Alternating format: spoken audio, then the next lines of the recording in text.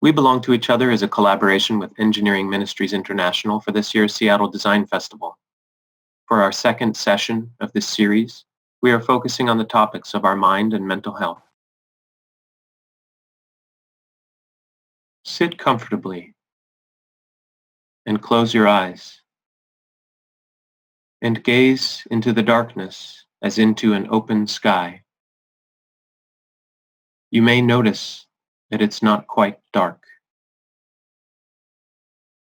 As you gaze into your visual field, become aware of your hearing and the feeling of breath.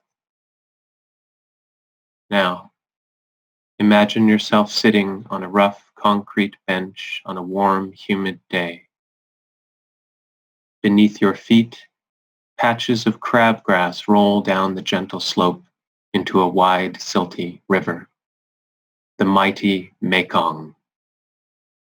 You can hear a few birds chirp, but their small voices are drowned by the much louder blares of horns and rumbles of engines.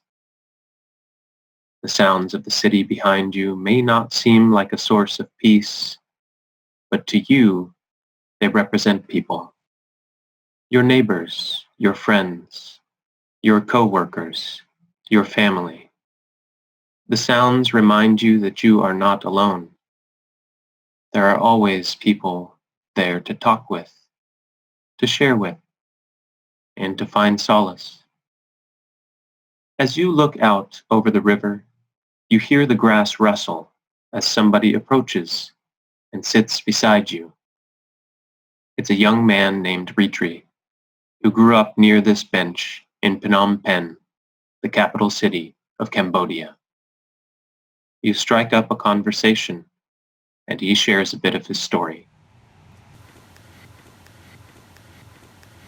Lately, during the lockdown, I realized that I'm a very social person. Because during the lockdown, I felt lonely. And when I felt lonely, when I didn't interact with a lot of friends, I sat at home and then I started to overthink a lot. I think so much and I doubt so much too about myself. I don't know if I'm doing a lot of good work because no one's there to confirm me when I stay at home alone. And it really takes a lot of energy to think about and to feel that much of emotion. Have you been feeling that weight of emotion? Like, am I enough? Does my work have value? Here in Cambodia, I notice a lot of people feel the same as I do. But they feel that way long before the lockdown. And still feel that way today with the lockdown now finished. I think about how Cambodia went through the wars and the parents of my generation were in the war when they were young. And I think that affects them in the way that they talk to their kids. And I think they bring that brokenness to their kid to this day. And now I see a lot of youth here having a hard time telling themselves how important they are. The environment in which our parents raised us doesn't make you feel valued. Especially in our culture, parents don't really praise the kid, but they compare them to other kids, saying that this is the way that they need to grow.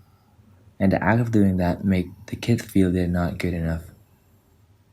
What are the stories you tell yourself?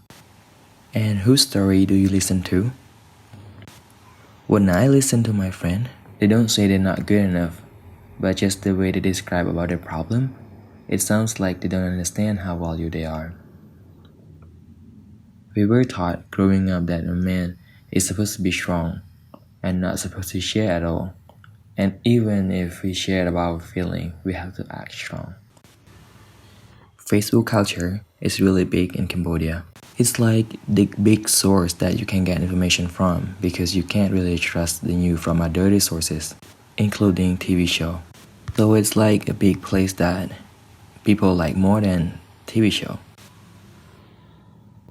I have noticed when people try to express their feeling, they don't think they can talk to their friends, but they share on social media hoping that people will care for them.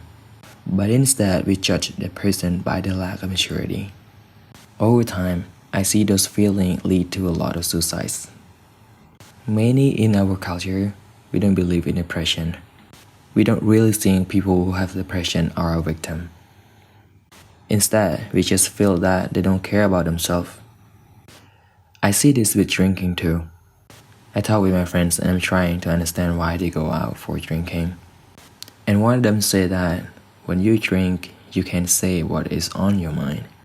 Maybe this is another way that they want to share about a feeling, but they don't. They do not dare to share with people when they're not drunk. When they get sad or upset or something, they just want to go out and drink with friends, then they can talk about it.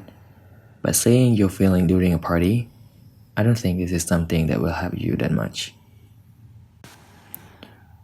I see what my friends are doing and don't realize what they need.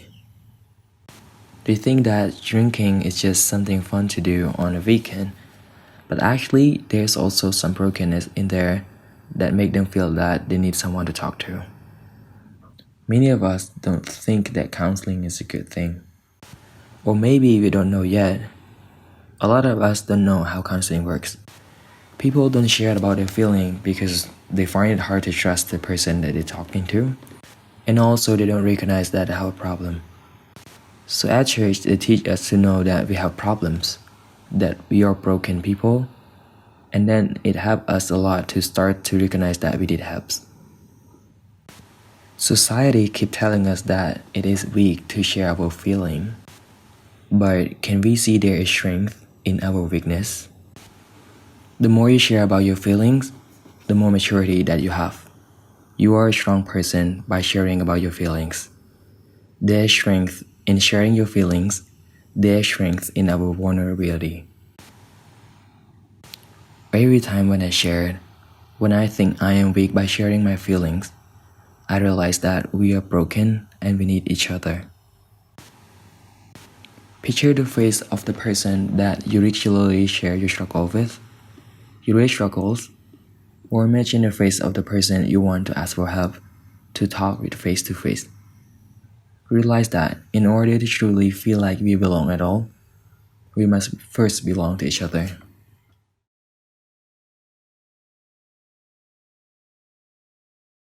Thank you for joining us for the second session of this series. All of the programs from this past week are available on Spotify and YouTube. We'd love to hear your thoughts, ideas, and feelings about your experience. Be sure to check out the survey on EMI's festival webpage to continue the conversation. To learn more about this year's Seattle Design Festival, go to designinpublic.org and check out the full lineup of events happening August 15 through 23rd, all exploring the theme About Time.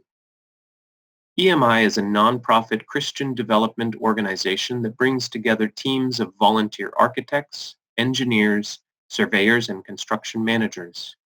We use our skills to serve people worldwide through the design of hospitals, schools, water systems, and many other facilities.